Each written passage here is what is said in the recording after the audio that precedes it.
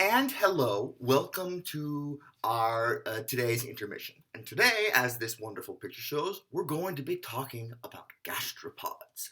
In particular, I would like to present you the Conus textile, the textile cone. This is a cone snail. You can see it's modified radula right here. This is a it's going to be stretched out. It's a long tube which it uses to contain a modified kind of like tongue thing, which is a very, very fine needle, a hypodermic needle it uses to inject fish and the like with its paralytic venom, which can also be made, which can kill people, and can also be made into a, if I recall correctly, into a pain relieving drug that's something like 50 times more powerful than morphine.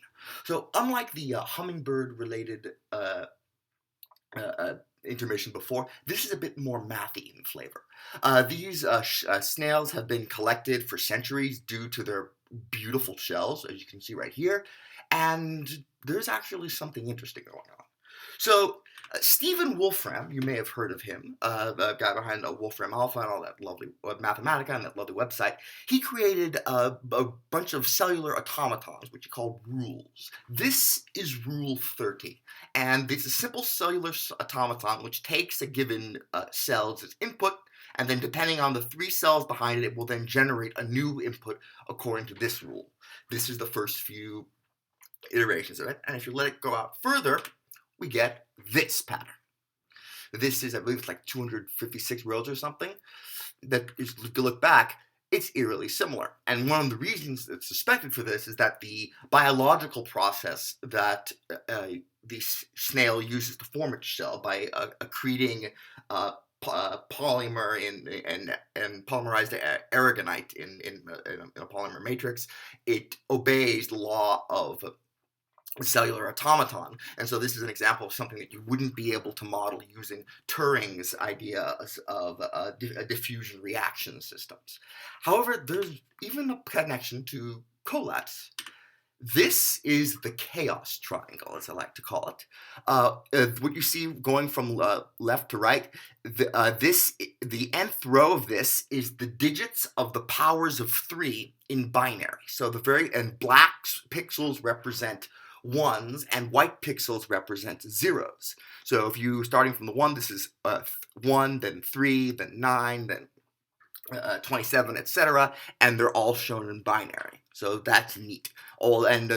In Tao's paper, he talks about triangles, like these are the actual triangles, in terms of it relates the powers of 2 to the powers of 3 to the powers of 2. And so the fact that this is relatively uniform means that there's not a lot of structure to explore, which is one of the reasons why Collatz is believed to be so incredibly difficult. Anyhow, that's our intermission. Back to the show. And we're back. So previously, we were talking about doing Fourier analysis in the general setting of a function from the p-adic integers to some field f, where here f is a valued field, meaning it's a field with an absolute value that makes it into a metric space, and we assume that this valued field was complete. Doing this, we started with the locally constant functions, and we were able to build up a theory of Fourier transform using just or at least of a formal theory, using just linear algebra, but thanks to the fact that the Vanderput series representation gives us a basis for the space of continuous functions from ZP to any metrically complete valued field. So now we're going to go into a little bit deeper into it, and to begin, we're going to be talking about Banach spaces, measures, and integration. So now we've covered the basics. Now let's up the ante, and we're going to move into Banach spaces. So now again, I'm going to be trying to maintain as much as possible a universality which allows us to work with functions taking values in any metrically complete a valued field. Just to go over the conditions that we're using at the moment is that our field. Give me a moment here. Our field. It's here. Yes. So our field is going to be we fix a prime number p and a prime number q not equal to p. We allow q to be the infinite prime, and here f is a metrically complete local field with an absolute value we will denote like this. And additionally, if F is non-Archimedean, we require that F's residue field has a characteristic not equal to P. So, and now we are going to our Banach stuff. So yes. So in this case, again, F is the kind of field I just described. And the rule is as follows. A Banach space, we get it as like this. E is a vector space over F. A semi-norm on E is a real valued function, rho, such that for all elements x and y of our vector space and for all scalars A, rho is non-negative. Rho takes a multiplication by the scalar and factors it out, and we use the absolute value on F, and rho satisfies the triangle inequality. If rho is definite, as they say, meaning that it is 0 if and only if x is 0, we call rho a norm. Semi-norms are norms that don't necessarily send may send non-zero things to 0. Regardless of whether or not rho is a norm, we say rho is non-Archimedean if it satisfies the ultrametric inequality, aka the strong triangle inequality, with equality whenever rho of x is not equal to rho of y. So, given a norm on E, the pair E norm is called a non-Archimedean normed vector space whenever the norm is non-Archimedean, and we say that this is an Archimedean vector space whenever the norm is Archimedean. Archimedean norms are ones that satisfy the triangle inequality, but not the ultrametric inequality. We say a normed vector space is a Banach space when it is complete as a metric space. Also, all Cauchy sequences converge. A Banach algebra is a Banach space, which is also an algebra. It has a multiplication operation, such that the multiplication operation is continuous with respect to the norm. And the product of x and y has a norm that's less than or equal to the norm of x and the norm of y. We say such a Banach space is unital if it has a multiplicative identity element. Now, last thing, let me introduce some terminology of my own. So when we want to talk about whether or not an integer is even or odd, we speak of its parity. Similarly, given a norm or a semi-norm, I will speak of the quality of the norm to refer to the property of whether the norm is Archimedean or non-Archimedean. So just as integers come in either even or odd parity, norms will come in either Archimedean quality or non-Archimedean quality. I then define the quality of a Banach space as the quality of its norm. Likewise, the quality of a valued field is the quality of its absolute value. So the simplest example of Banach spaces that we've come across so far, the one we've already been working with, is a metrically complete valued field. That is a Banach space, and its norm is its absolute value. Likewise, in this norm is going to be Archimedean or non-Archimedean based on whether the field is Archimedean or non-Archimedean. So now let's meet some of the Banach spaces we'll be using most frequently. So I write C of Zp, F to denote the space of continuous p-q-adic functions from Zp to F. When F is Archimedean, I will call this the space of continuous p-infinity adic functions. This is a Banach space when we equip it with the supremum norm. So we take the absolute value of the output, and then we take the supremum over all z in Zp. This is a unital Banach algebra over F when we make it into an algebra with pointwise multiplication, and the multiplicative identity element is the constant function 1. Importantly, note that the quality of this Banach space is the same as the quality of F, meaning that if F is an Archimedean field, then this is going to be an Archimedean Banach space, and if F is a non-Archimedean field, this is going to be a non-Archimedean Banach space. I write B of Zp hat F to denote the space of all q-adically bounded functions from Zp hat to F. Recall, Zp hat is the Pontryagin dual of Zp. I view it here as a set of all rational numbers in 0, 1, 1 excluded, with denominators as powers of p, and this is a group under addition modulo 1. This is a Banach space under the supremum norm. And this is again, it's a unital Banach algebra under pointwise multiplication. And again, its multiplicative identity element is the constant function. Like with the space of continuous PQ-adic functions, the space of bounded PQ-adic functions on ZP hat has the same quality as its field. When there's no confusion as to whether we're working over ZP or ZP hat, I just use PQ to denote the norm. Also, depending on context, this can denote, so depending on context, this is just going to denote our supremum of our f-valued function, and if I want to be unambiguous, I'll write it like this. When f is non-Archimedean, we get the so is this norm, and we get the ultrametric inequality with equality whenever f and g have different norms. I write C0 of ZP hat f to denote the subset of the bounded functions on ZP hat which decay q-adically to 0 at infinity. This means that as the denominator of t gets big, the q-adic absolute value of f hat gets small. This is a Banach space of f under the supremum norm, and its quality is the same as that of its field. It is also a closed subspace of B. In fact, it's a closed subalgebra as well if we consider pointwise multiplication. However, if f is non-Archimedean, there's actually another way to make this q-adically decaying sequences into an algebra, and this is by defining convolution. The convolution of two functions on ZP hat is the sum of f hat of s minus t times g hat of t taken over all s. The decay condition guarantees that this exists, and it's based, and the non-Archimedean version of Young's convolution inequality tells us that this is indeed an algebra. The multiplicative identity of this algebra is the indicator function for 0. And the thing is that while B of ZP hat is a multiplicative algebra, C0 is not, because in order for it to have I think I misspoke earlier about that, sorry.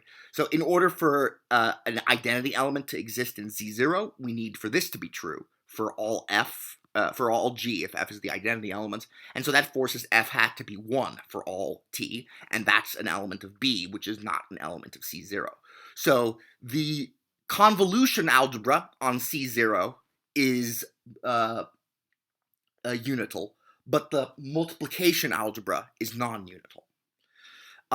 Note that if F is Archimedean, C0 may or may not be a Banach algebra. It's a little bit complicated, so we'll save it for later. However, C0 will always be a pointwise algebra under pointwise multiplication, regardless of the quality of F. But this algebra will not be unital. Now, recall that we wrote S of ZPF to denote the set of all locally constant functions, f from ZP to f. The PQ adic supremum norm makes this into a normed vector space, and this is fun to show. This is a Banach space if and only if f has the trivial absolute value, in which case convergence means convergence in the discrete topology, so everything has to stabilize after finally many terms. It's a simple exercise to prove this. I encourage you to try. And so regardless of the quality of f, the locally constant functions will be dense in the continuous functions. And we can make the locally constant function into an algebra with pointwise multiplication. Now we have these spaces. So little l r of ZP hat of f. This is a bit of a mind screw. So we're going to let r be greater than or equal to 1 and less than infinity. Little lr, it's the set of all f-valued functions on ZP hat such that this series converges. Here, this is a sum of real numbers. It can be shown that this formula then makes little lr into a Banach space. But here's something weird. This Banach space is non-Archimedean if and only if f has the trivial absolute value. For all other absolute values, for all non-trivial absolute values on f, this is going to be an Archimedean Banach space. So the quality here of this Banach space is independent of f's quality. So if f is, say, the complex numbers, this is going to be a Archimedean Banach space over the complex numbers, but if f is, say, the p-adic rational numbers, this is going to be an Archimedean Banach space over the p-adic rationals. So what this shows is that the Banach space need not be of the same quality as its underlying field. More generally, given any countable set x, I define a little lr of x comma f as a set of all f-valued functions on x such that this series converges. And again, real numbers. I say f is absolutely summable if it is an element of little l1. If this sum converges in f, but f is not absolutely summable, we say f is conditionally summable. These conditions, again, these hold for all valued fields, regardless of whether or not they're Archimedean or non-Archimedean. So there are a few other important Banach spaces we'll define, but these will come after we develop a theory of integration. So the little l guys here, the Dutch school viewed them as being of unimportant. In fact, there's a paper that Shikov wrote on non-Archimedean Banach spaces, and he says that they are of no interest. There's no such thing as absolute summability in non-Archimedean analysis. Once again, their judgment was premature. Here's an example of why. Like in Archimedean analysis, a series can converge in a non-Archimedean space conditionally without being absolutely convergent. Consider, for example, the following sequence, p to the lambda p of n, where that's the number of digits in the p-adic representation of p. Then if we consider the little l1 norm of this, where f in this case is going to be the q-adics, the p-adics. Here, this is going to be 1 over p to the lambda p of n, and here we're going to do a lambda decomposition, meaning we're going to be pulling out the 0th term, and then we're going to be summing over the sets of n with k p-adic digits. And then doing this and evaluating the geometric series, we get this is 1 plus p minus 1 over p times 1 plus times 1 plus 1 plus 1 plus 1 plus 1 plus 1 plus 1, etc.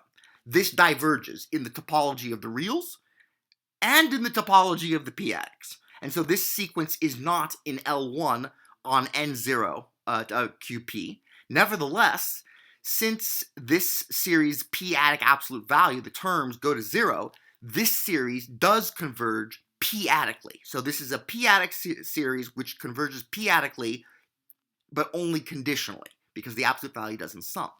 So the fact that these kinds of things exist are part of the reason why the Dutch school considered non-Archimedean absolute summability to be uninteresting.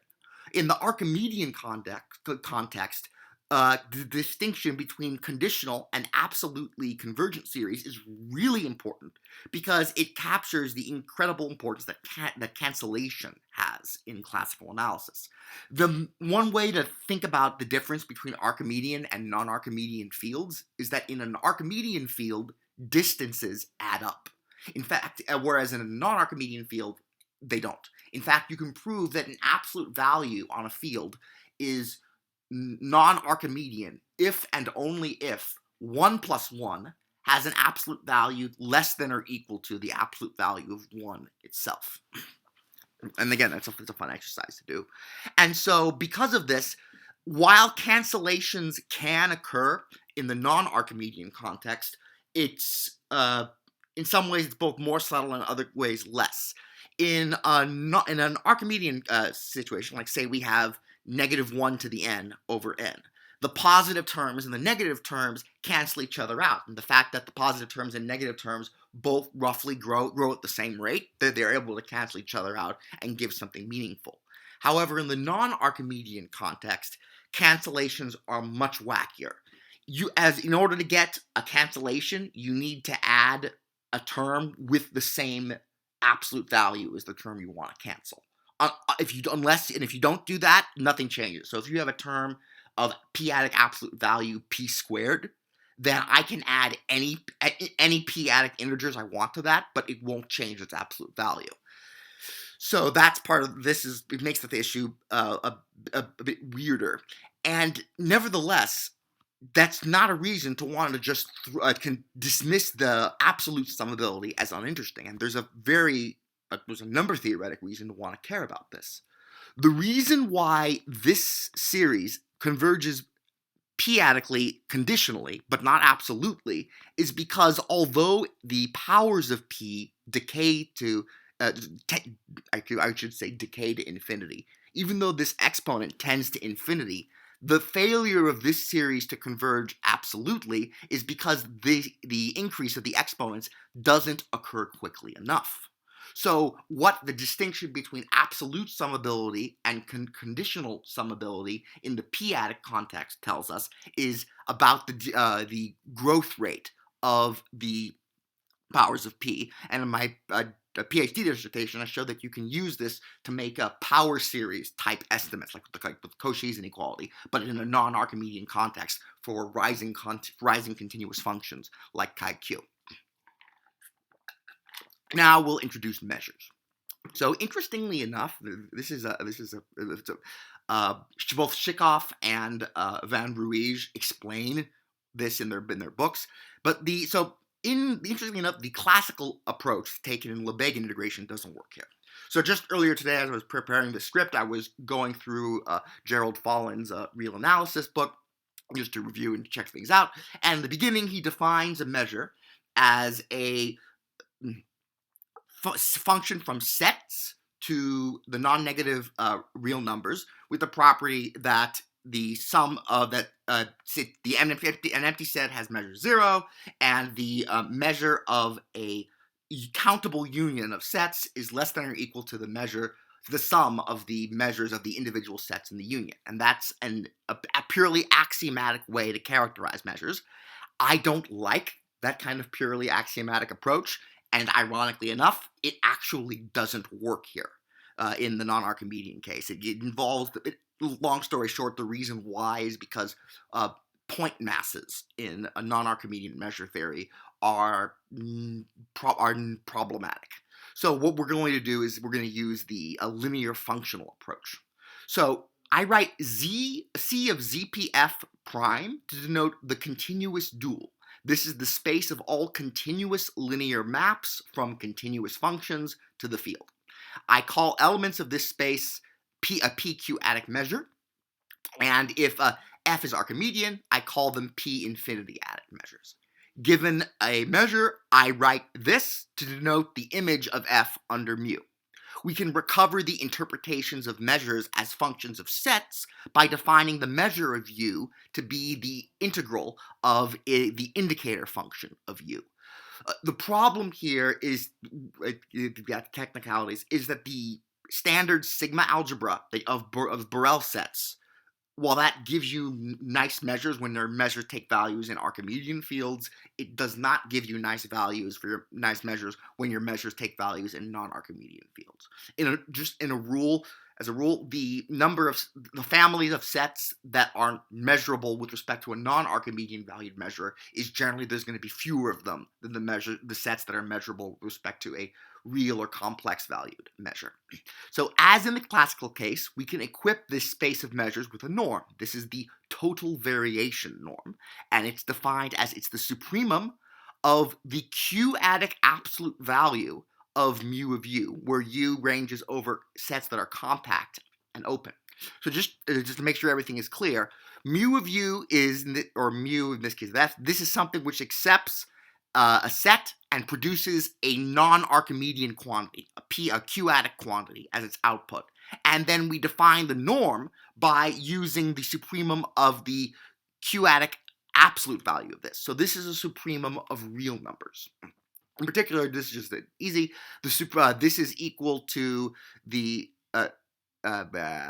supremum of this is equal to the supremum of the measure of the set k of the neighborhood of k taken over all n greater than or equal to 0 and all k from 0 to p to the n minus 1. We then get that this is a Banach space with this norm, and the quality of this Banach space is the same as the quality of the field. So if f is the complex numbers or the real numbers, this formulation will get you an Archimedean Banach space, and if f is a non-Archimedean field, this formulation will get you a non-Archimedean Banach space. Just this is an important point. We'll get back to it a little bit later. So my dissertation, I focused exclusively on PQ-adic functions defined with ZP as their domain because they were the only things that I needed to my work.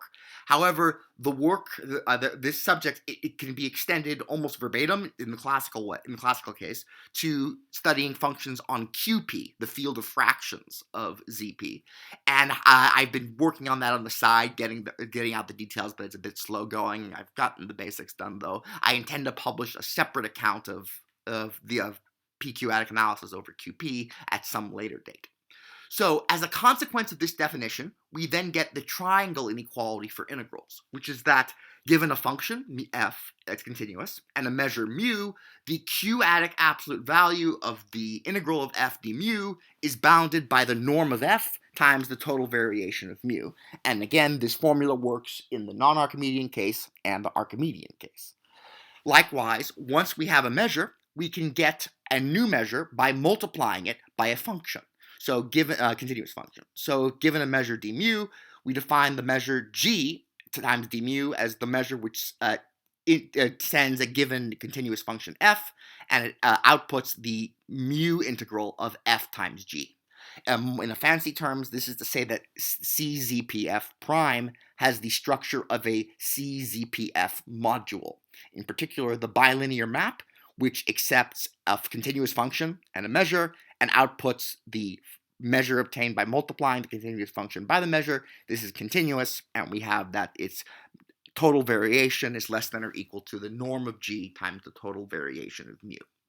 Finally, we say that a measure is translation invariant whenever f of z plus a has the same integral as f for all p-adic integers a. So now, just to make sure that measures actually exist, let's note two of the most important kinds. First, there's the measure which sends this indicator function to 1 over p to the n. By the density of the indicator functions in the continuous functions, which we saw last time, we can then compute the integrals of functions with respect to this measure by integrating their van der Put series term by term. I will write dz to denote this measure, or just d whatever letter we're using as integration to denote this measure. A second example comes from evaluation at a point. Given a fixed number a in the p-adic integers, we then get a measure from the map which evaluates continuous functions f at the value of a.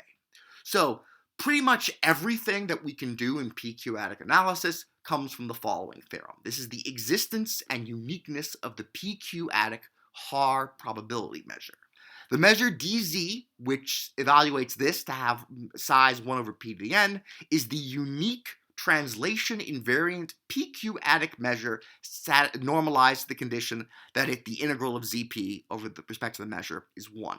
I call this the PQ-adic Haar probability measure, or the f-valued p-adic Haar probability measure, and thus this is the way we write the image of a function under this measure. This measure has total variation 1, so that the triangle inequality becomes just the standard laziest possible estimate, which is just the supremum of f over the interval.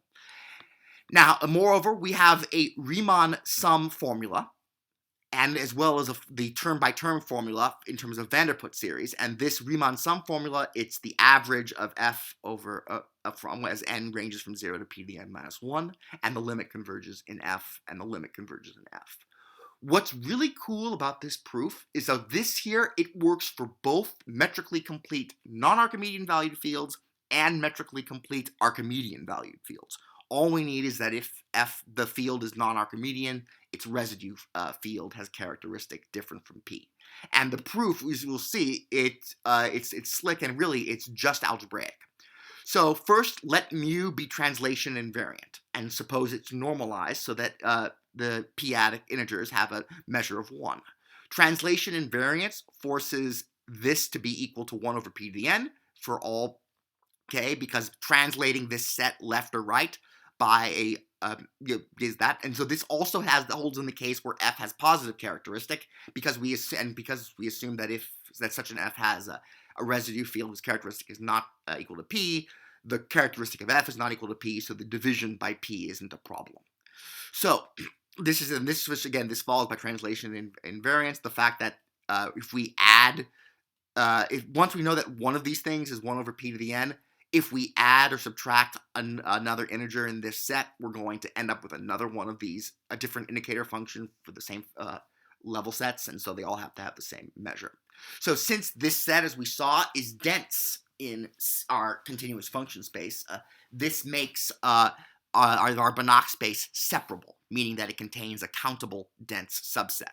As a measure on a separable Banach space is uniquely determined by what it does to a given countable dense subset of B. This shows that mu is unique because for any translation invariant measure, it has to assign to each of these guys 1 over p to the n as their integral. So this justifies us to referring to this translation invariant measure as dz. Although note that I should say that this is unique up to scalar multiplication. But the uniqueness is then guaranteed if we give the normalization condition. So now let's let f be continuous, and then we'll use f's Vanderput series to compute the integral term by term. Its interchange here is justified because, as we saw, given a continuous function, its Vanderput series converges to it uniformly, which means that we are then justified to interchange limit and integrals by the theory of integration. So now we need to conclude, we want to prove that this sum is going to be equal to the limit of the Riemann sum. And to do this, we're going to proceed as follows. Let big N be arbitrary, and we'll consider the average. What I'm then going to do is write f of little n as its Vanderput series, and then we're going to swap the sum. We can do this because this is an infinite sum and this is a finite sum. Now we just need to analyze this term over here. So fix an integer m greater than or equal to 0, and let n be at least as large as the number of p-adic digits of m. Then what we're going to do is we're going to take this sum, and we're going to split it up. Instead of summing directly from n to p to the n minus 1, we're going to split it up modulo p to the lambda p of m minus 1. That is to say, there are going to be p to the n minus lambda p of m copies of this sum contained within this sum. And so working things out, when reindexing, we get this. Here, because this is p to the lambda p of m, and this is p to the lambda p of m, this goes away, and we're left with this.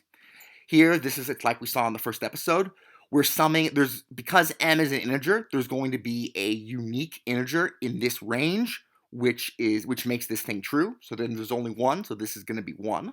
And then that gives us that this is the sum of this times 1, which is that. And so turning back to this thing, we've now evaluated that this guy over here is p to the big N minus lambda p of m, and so we get the following. Now we split things up. And so we'll look what happens. We're going to split m, and we're going to sum all m with less than n p-adic digits, and all m with more than n p-adic digits. The terms on the right over here, these are all acceptable because, again, we don't need to worry about the characteristic of f. And now, so here's the key trick. We're going to show that this sum here is 0, and then we're going to plug this computation into this. To show that this sum is 0, we examine the indices here. Here, m is ranging over the set of all positive numbers with at least big N p-adic digits. So this means that m has to have at least n plus 1 p-adic digits. P to the big N is the smallest non-negative integer with at least n plus 1 p-adic digits, which means that m has to be at least greater than or equal to p to the n. And in fact, because this function is non-decreasing in m, we have that the set of all integers with strictly more than n p-adic digits is the same thing as the set of all integers greater than or equal to p to the n. And so in particular, if lambda p of m is greater than n, this is going to be 0 because the value of n that makes this equal to 1 is going to be strictly bigger than p to the big N, so this has to be 0. And this is because so that means all of these terms automatically die, and we're left with this. Now we use our computation here, and we just plug it in, and we get this. And then by definition of the convergence of the Riemanns of this series, we then just pass the limit, and we're done. And so that proves this. So notice in this, we did not actually use any topology to sum the series until this final step. Everything here is being done in finitely many steps because for any given big N, only finitely many terms of the series survive. And so that shows that the Riemann sum formula and the term-by-term integration formula are the same. And the triangle inequality follows from the definition of the total variation of this. And it's noting that the set of the measures of compact open, this is just going to be numbers of the form k over p to the n, where k is between 1 p to the big and p to the n, and n is greater than or equal to 0. And so this is a standard fact of ultrametric calculus, and that gives us the triangle inequality. And so we're done. So as a result of this formula, unless specifically stated otherwise, I will say a function is pq-adically integrable when it is integrable with respect to this Haar measure. So in light of this theorem, we can and should view a dz as an object which transcends the field our functions take their values in. The pq-adic Haar probability measure and the real-valued p-adic Haar probability measure, which we can refer to as the p-infinity-adic Haar probability measure, are simply two different metric completions of the same underlying object. This viewpoint actually synergizes really nicely with classical measure theory. So let's let big omega be this collection of the standard open neighborhoods in the p-adics. And this forms an algebra of sets. It is closed under finite unions, intersections, and complements. And the complements are taken in ZP. So on this algebra of sets, the real-valued p-adic Haar probability measure and the q-adic valued p-adic Haar probability measure are the same.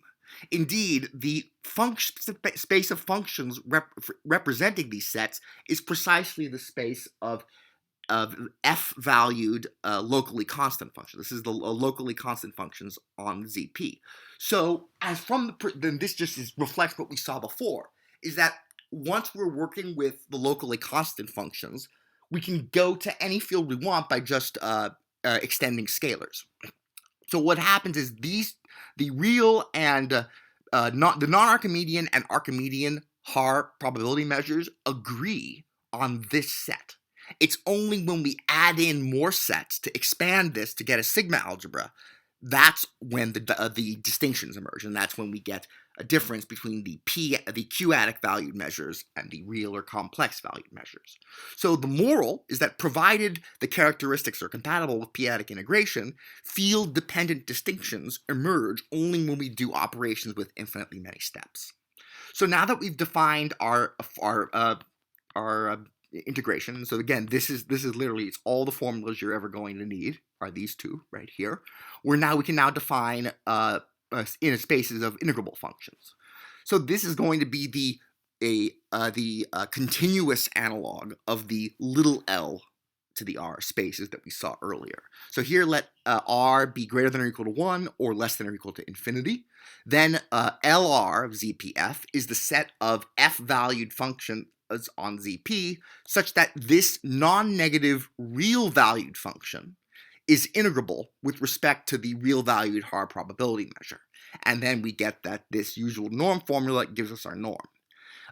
When q equals infinity, this is just going to be the supremum norm and usual. So little lr, like big LR has the same weird property that little lr does, which is that if f is non-trivial with its absolute value, then this is always going to be an Archimedean Banach space. And conversely, the only time that this is going to be a non-Archimedean Banach space is if f has the trivial absolute value. Like with the little r, the big L r is considered uninteresting in the non-Archimedean analysis, but it turns out to be weirdly applicable when you're doing the Fourier analysis. For example, you can show for chi q that if you precompose chi q with the projection mod 2 to the n function, and we call that composition f, and if we consider the nth partial sum of the Fourier series generated by chi q hat, and we call that function g, then the difference between f and g is going to be in this LR space. So that tells us something about the rate at which the locally constant approximation to chi q converges to chi q as compared to the Fourier series partial sum. So finally, unless stated otherwise, I will say that when I say that f is absolutely integrable, I mean f in L1. Otherwise, I'm going to be concerned mostly with just, especially when we're in non-Archimedean context, we just care about convergence. And so now we also get our standard duality theory. Let f be Archimedean, and let R be greater than or equal to infinity and less than 1, and let S be here, and let them satisfy this sum. This makes R and S into numbers we call conjugate exponents. Then, as the Banach space, the dual of LR is isometrically isomorphic to LS. And in particular, for any G in LS, the continuous linear functional induced by G on LR is where we take a f and then we integrate f of z, g of z, dz. And the proof is just Holder's inequality. Now we have our change of variables formula.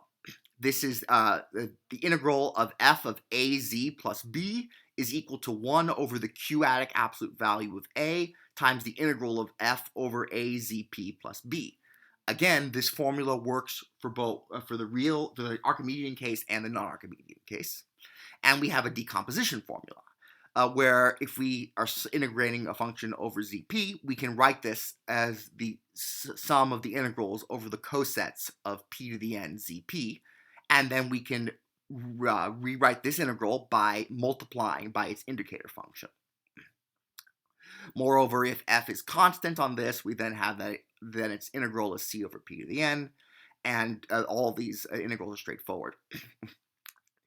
And one of the most important applications of this proposition is for integrating locally constant functions. In particular, it shows that if f is locally constant mod p to the n, meaning that the output of f depends only on the input of f modulo p to the n, then this integral is just the same thing as this finite sum. Now, so again, it cannot be overemphasized that all of these formulas hold independently of the quality of f. And so in our work, we're putting Archimedean and non-Archimedean analysis side by side at the same footing. This is important because in both the classical approach to abstract harmonic analysis and in the classical approach to non-Archimedean harmonic analysis and non-Archimedean functional analysis, putting everything on the same footing would have been impossible. In the abstract perspective, there is too much that's different between non-Archimedean spaces and Archimedean spaces, and because of that difference, we can't treat them in the same footing. The methods that we would use for real or complex valued measures just don't work for non-Archimedean measures. However, by restricting to this simpler case of ZP, we get that everything's unified and we can do it simultaneously. So really, the only analysis that we've used so far in this entire section, in this entire part of the episode, is the uniform convergence of the Vanderput series, which is really just an algebraic property in disguise. It's one of the properties that the CZP of F enjoys as a Banach space. So once we've established uniform convergence, everything that we do follows by pure algebra.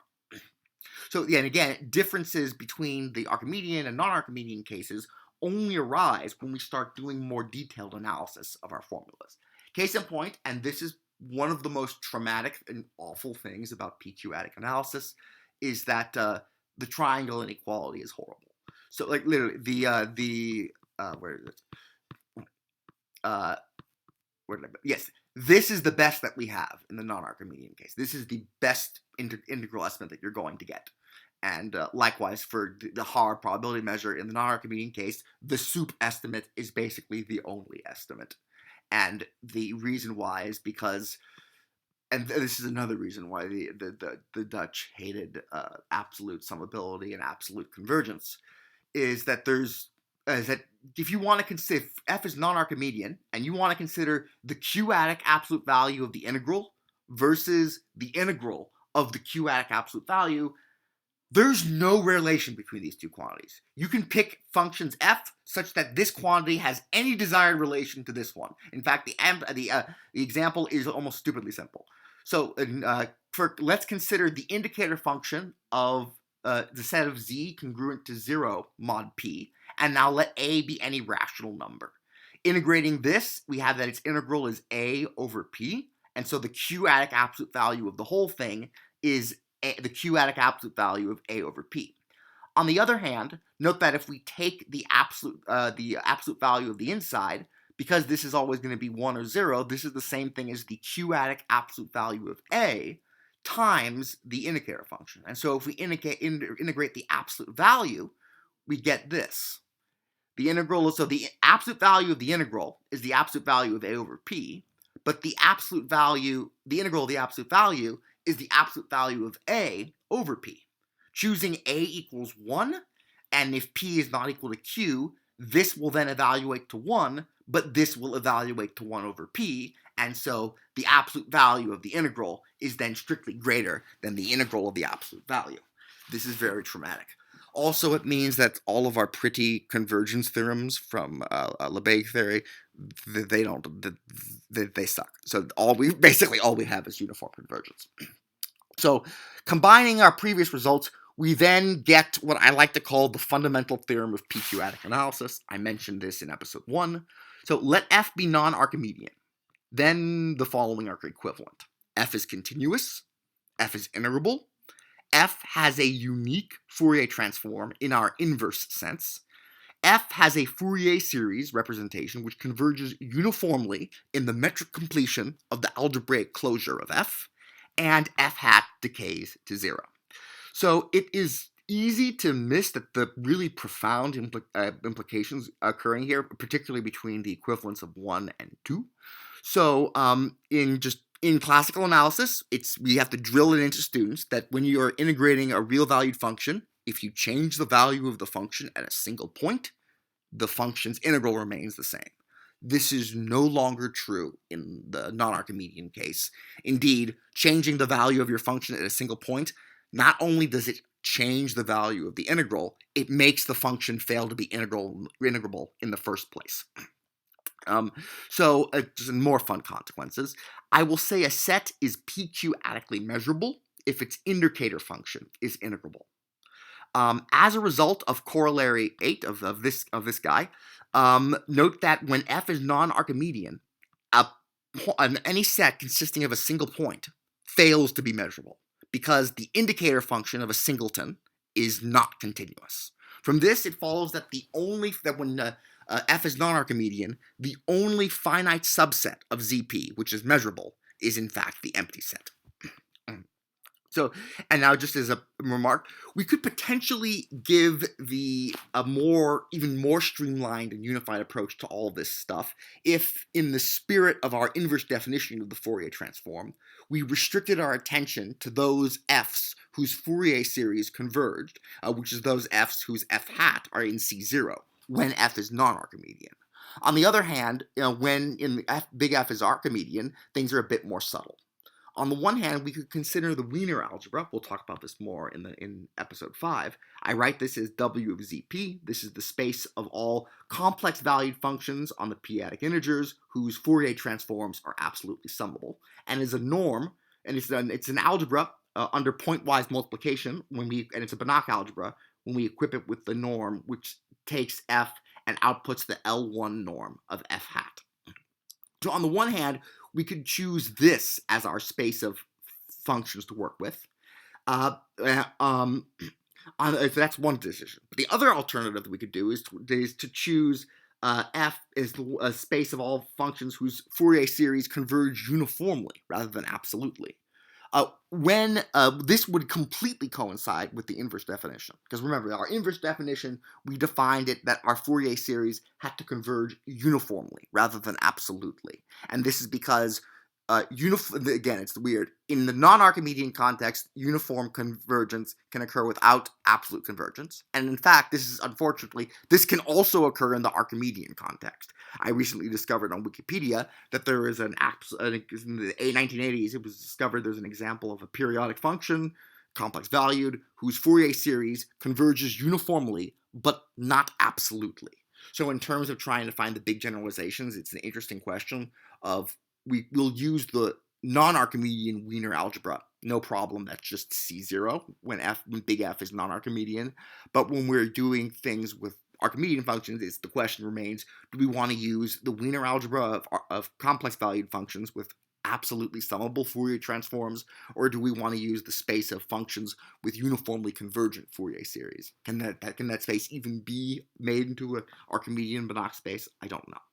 So we'll be able to give a much more detailed proof of this when we just by generalizing a little bit to the Fourier-Stieltjes transform. So far we've only worked with the Fourier transform of functions, but haven't really been treating the Fourier transform as an operator in its own right. So let's rectify that. With our notations, the formalism for defining and computing PQ-adic of Fourier transforms is completely identical to the Fourier transform of a complex valued function on ZP as done in Goldfeld and Hundley's book on automorphic representations for the general linear group. As with classical Plancherel duality, this is the metric completion of the algebraic closure of F. The F double bar valued characters of ZP are precisely our complex exponentials, where T is some fixed element of ZP hat. And these characters are, by definition, continuous PQ-adic functions. They're also locally constant. And so what we're going to do is we're going to define the PQ-adic Fourier transform. It's the integral of f of z, e to the negative 2 pi I tz, with respect to the Haar probability measure. And then I write f hat to denote this Fourier transform. Then the Fourier series of f is this thing. And then by our theorem, since this is, when f is continuous, since this is continuous, the whole product is continuous. So we have a Riemann sum formula for the Fourier transform. It's the limit, as n approaches infinity, of the average. And the main Fourier integral, and really the only one we need to know, is that the integral of the constant function 1, that is just the character, is the indicator function for 0. And this formula, because this is locally constant for any t, this formula holds, again, for both the Archimedean f and the non-Archimedean f. It holds regardless of the quality of f. It's completely by algebra. And the Riemann-Lebesgue lemma is also universal for valued fields, provided that we state it for continuous functions rather than L1 functions. If we used L1 functions, we would need to stipulate that the functions are absolutely integrable in the Archimedean case and merely integrable in the non-Archimedean case. So let f be PQ-adically continuous, where f has any quality, big F has any quality we want. Then f is going to be, has f's Fourier transform will decay to 0 at infinity. And so here's, we're going to show this using corollary 8. Suppose f is non-Archimedean and algebraically closed. Then the PQ-adic Fourier transform is an isometric isomorphism of Banach spaces specifically it maps continuous functions onto the ones that decay to 0. And so what we do is we use the ultrametric inequality. The supremum of f is the supremum of this thing. Write f as its Fourier series, which converges uniformly. Then we use the ultrametric inequality, and then we can get rid of the supremum in z because there's no more z here, and what's left is just this, which is the norm of f hat. And in reverse, the norm of f hat is this supremum, which is the supremum of the integral, and so by the triangle inequality, this is less than the supremum of that, which is f. And so the norms are equal, and so it's an isometric isomorphism. Now, when f is non-Archimedean, since every f can be written uniquely as a uniformly convergent Fourier series, we have that these characters will give us a basis for the space of continuous functions. Consequently, again, purely by linear algebra, we can figure out what a measure does by examining what it does to the characters. And this gives us the Fourier-Stieltjes transform. The PQ-adic Fourier-Stieltjes transform of a measure mu is defined by the image of the complex exponential under mu. And also, this is just my own terminology. I say a measure is algebraic if its Fourier-Stieltjes transform, denoted mu hat, takes values in the algebraic numbers. So since the complex exponentials form a basis for the continuous functions in the non-Archimedean case, given any continuous function f, we can compute its image under any measure, again, purely by linear algebra. So the integral of f d mu is the integral of f's Fourier series. Since this Fourier series converges uniformly, we can interchange integrals and sums. This is then the Fourier-Stieltjes transform of d mu, and so the integral of f d mu is the sum of f hat of t mu hat of negative t. This is the one case of the PQ-adic Parseval-Plancherel identity, which is that the integral of the product of two continuous functions is equal to the sum of f hat of t times g hat of negative t. And so this is an incredibly important formula because we can use this as a recipe to whip up measures. Indeed, given any, if we're in the big F has non-Archimedean quality, given any bounded function on ZP hat, the formula stand F to this sum will immediately give us a measure. And in particular, every measure on on the continuous functions in the non-Archimedean case is of this form. And so what we in particular, suppose f is non-Archimedean and algebraically closed. Then the PQ-adic Fourier-Stieltjes transform is an isometric Banach space isomorphism from measures to bounded functions. This result is actually on the cover of von Ruij's book. And so we can upgrade this isomorphism from an isomorphism of Banach spaces to an isomorphism of algebras by introducing convolution. Given PQ-adic functions, we define their convolution. If they're on ZP, this is their convolution, and if they're on ZP hat, this is their convolution. And and as we'd expect, convolution is a commutative, a bilinear operation, just like in the classical case. And so on. And so we can also have convolutions of measures. Given two measures, their convolution is the measure which we define by this formula. It's the product of the Fourier-Stieltjes transforms of the respective measures. And we have the convolution theorem. Let f be non-Archimedean, and let f and g be continuous with their Fourier transforms f hat and g hat. Then the Fourier transform turns f convolve g into the product of the Fourier transforms, and it turns the product of the functions into the convolution of their Fourier transforms. Likewise, the Fourier transform turns the convolution of measures into the product of the measures Fourier-Stieltjes transforms. And so applying norms, we then have these estimates here, that and shows that both the convolution is a continuous operation on both of those algebras, and likewise here. And so, yes. So this is a summary. Let f be algebraically, let f be algebraically closed and non-Archimedean. With convolution and pointwise multiplication, we have two different ways of making function spaces into Banach algebras. Our continuous function space is a Banach algebra under either pointwise multiplication or convolution.